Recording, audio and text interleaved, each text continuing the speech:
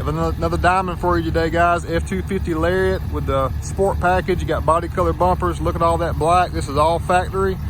Just looking mean and clean. I love this package. Want to do more and more of these. Leveled on 37. So 37, 12.5, 20 Nitto Ridge grappler.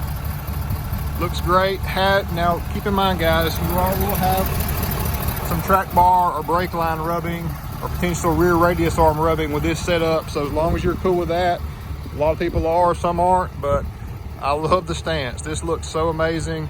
Just slap on some 37s with a level kit and you're good to go on a beautiful rapid red truck. Here at Akins and Wild Willies. This belongs to a veteran as well, so we're proud to be able to help him with this truck build. And that rapid red with the black accents looks very, very nice, especially on the 37s.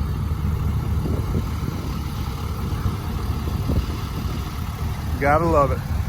Thanks for watching, guys. Wanted to show you a quick one again. Leveled on 37s right here at Wild Willies at Akins.